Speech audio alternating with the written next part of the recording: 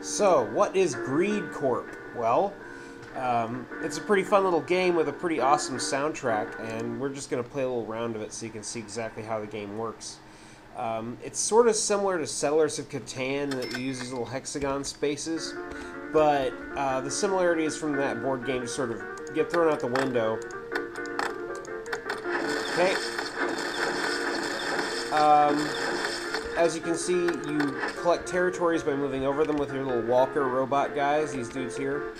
And then you have to build these power plant things to start collecting material and resources.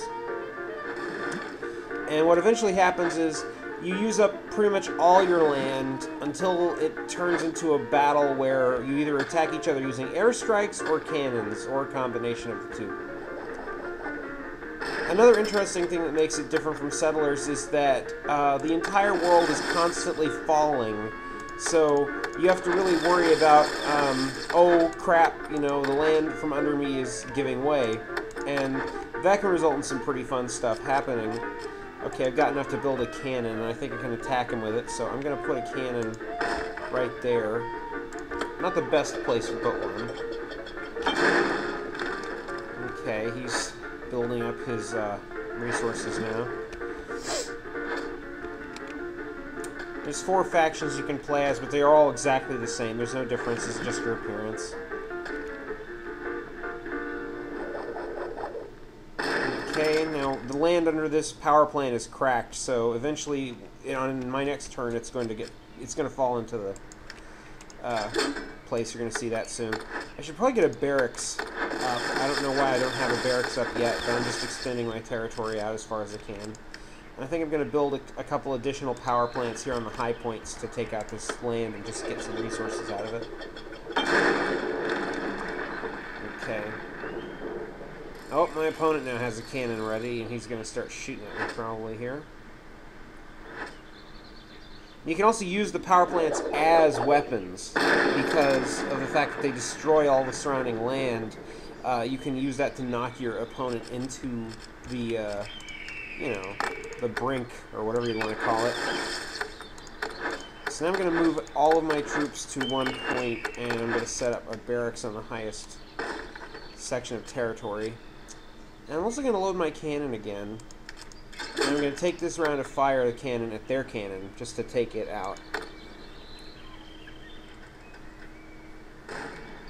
Knock it down a peg. Alright, we'll see what they do now. Alright, he's starting to build up his troops using his barracks. You can only build up 8 troops at a time in a barracks spot. But his barracks is not in the most clever little position, unfortunately for him.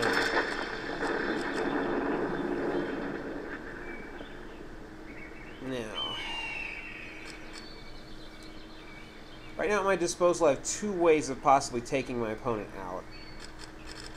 But first I'm going to build up some troops. And I'm going to fire my cannon. Again. It'll take 3 shots to destroy that point. I might be better just trying to invade him.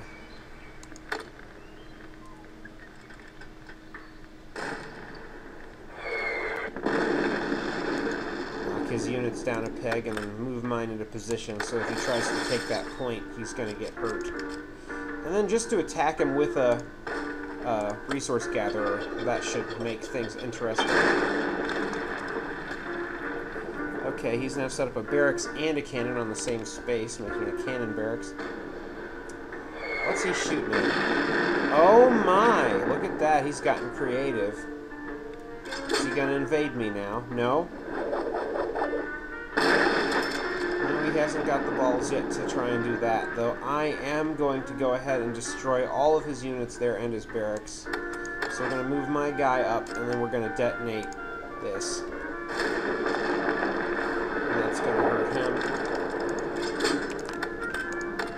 And now we're going to just sort of build some troops and see what he does next. His territory is running pretty low. Mine's looking pretty good here, though he is shelling me. And interesting choice, I guess. Yeah, I see where this is going. It's turning into a cannon war.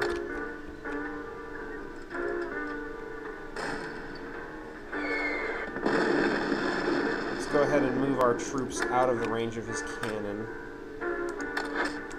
Maybe. And while I'm at it, I might as well use my barracks to build some more troops.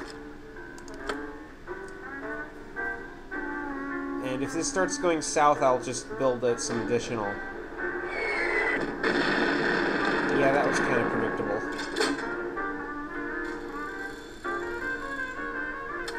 Okay, this is getting really, really, really predictable. So I'm just going to go ahead and put a guy down there to start collecting some more resources, and I'm going to fire my cannon again.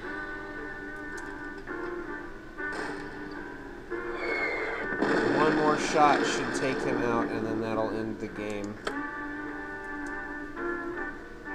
Unless he tries to get clever here, which he's not, unfortunately. He's just going after my barracks. Oh no, whatever will I do without my awesome barracks? I mean, I only have so much room to build on. That's a little bit's about to go away. Okay, so let's just end it now and get rid of him. And now this might not end the game. I think it will, though. Yep. Even though he had a speck of territory left, he lost all his units, so. And then there's a story to go along with each section, strangely.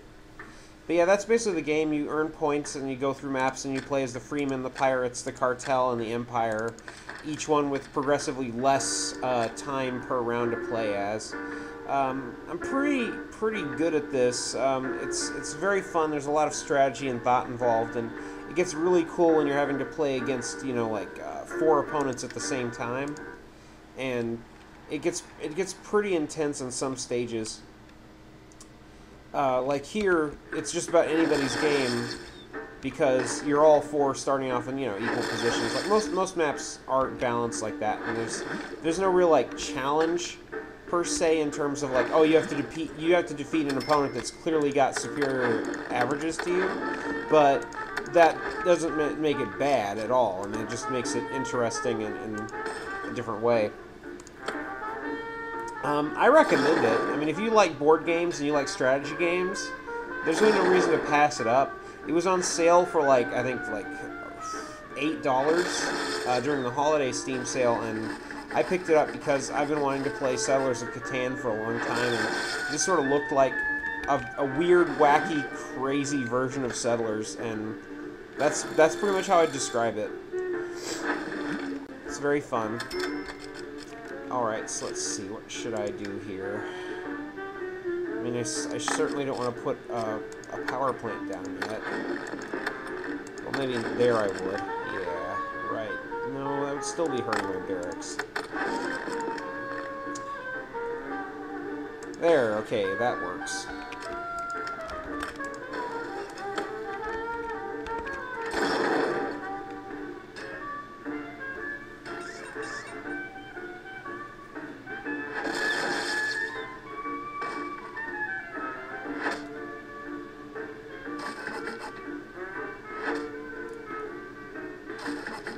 The biggest problem with this game is that the multiplayer has hardly anybody playing it ever, at all times of day. So actually finding, you know, the opportunity to play with somebody is pretty slim.